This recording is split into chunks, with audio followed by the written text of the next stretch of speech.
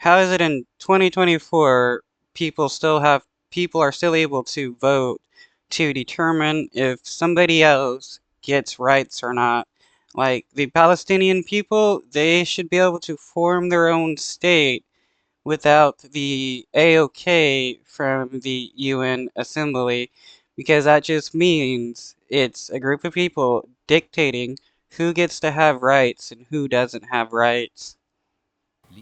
Returning now to one of our top stories and the war between Israel and Hamas.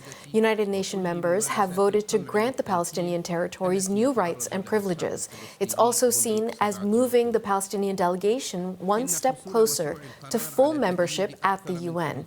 Journalist Sally Patterson is monitoring.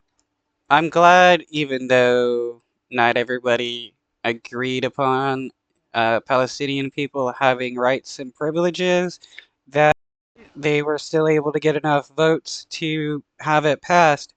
Um, these people deserve to have their rights recognized as human rights. Just because uh, not enough nations wants to vote them to have a state, it doesn't mean they don't have human rights.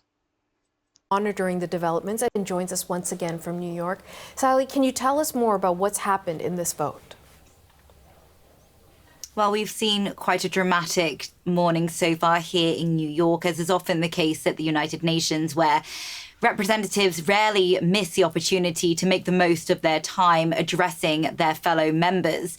What we've seen so far today is that vote passed very easily through the United Nations General Assembly. The vast majority of member states deciding that, yes, they think the Palestinian authorities, the Palestinian territories, should have more rights and privileges than they currently do. As it stands, they are a observer state, so they have very limited rights within the world body. But under this new resolution, they would be granted rights such as sitting with the rest of the members on the General Assembly hall floor, and they will also be allowed to engage in debates, put forward amendments, and really take much more of an opportunity to engage in those wider proceedings that we see happening at the United Nations most days of the week. And so it's a real. See, one problem with the UN and the way it functions, if a group of people that want a nation have votes to be considered like a member of UN, then it just allows for like the stronger states to continually reject them having any kind of rights, and makes it harder for those people to actually be recognized as people with human rights, like it's been for the Palestinians for such a long time. It's crazy the way the UN is set up, and it definitely needs to be changed. Push, both in terms of what they can physically do, but actually also in terms of what this means more metaphorically as well, because what we've seen here is this really demand by the vast majority of members in the General Assembly saying, yes, we back the Palestinian territories to have more of a stake here in this world body and perhaps in the end become a state in its own right. Now, we heard from the representative of the Palestinian territories, Riyad Mansour. He addressed the other members and he spoke very powerfully and at times got quite emotional when addressing the rest of the General Assembly. Here's what he had to say. You can decide to stand by the right of a nation to live in freedom and dignity on its ancestral land, to stand with peace, which requires the recognition of our rights, not their continued denial. Or you can stand on the sidelines of history, or worst, obstruct its natural path forward. Yeah, any of the nations that voted against the Palestinian territories having rights and privilege within the UN and Palestinians in general, you can't say you're a person for democracy because you're denying people rights. But it wasn't all positive. It wasn't all words of support taking place at the General Assembly. We heard very strong language indeed from Israel's representative, Gilad Erdan, who strongly condemned this resolution and said that allowing it to pass was giving rights to a terror entity.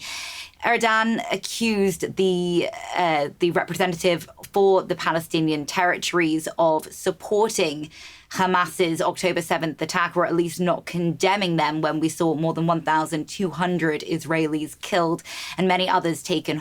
Okay, though you don't have pretty much any, you have very few Israeli officials condemning what the government has done.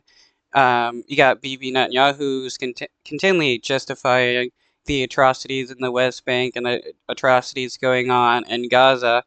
So, why is it that every single Palestinian has to condemn Hamas, but the Israeli government doesn't have to condemn what they're doing? It's insane. They want to talk about double standards. The only one getting special treatment is the Israeli government. Hostage, where many remain in Gaza. Here's more on what he had to say. In the 1940s, the world united to destroy a murderous regime. Yet today, with sick and twisted irony, the very body established to prevent evil is now welcoming a terror state into its ranks.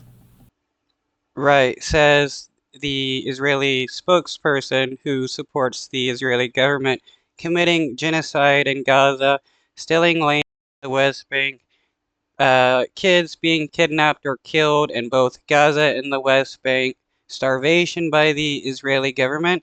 You want to talk about terrorism? What about the 5 IDF units that were committing human rights violation in the West Bank before October 7th? What would Churchill say if he were alive today? What would Who cares what these dead people would say? Roosevelt think? They are turning in their graves, turning. Now, Erdan really used very strong language there to condemn this resolution, and he even ripped up a version of the UN Charter because he says that's what other members had done. They were shredding, in his words, the UN Charter and everything that it stands for.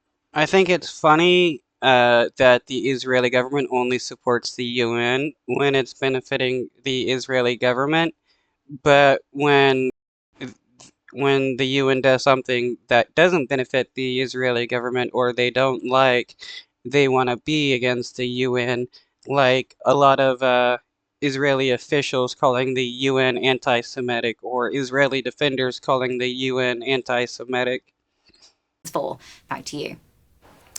You know, Sally, of the nations that abstained, it's worth us noting that Canada was one of the countries that chose to abstain for this vote as well, even though it overwhelmingly was passed. I just wonder, in practical terms, what happens now?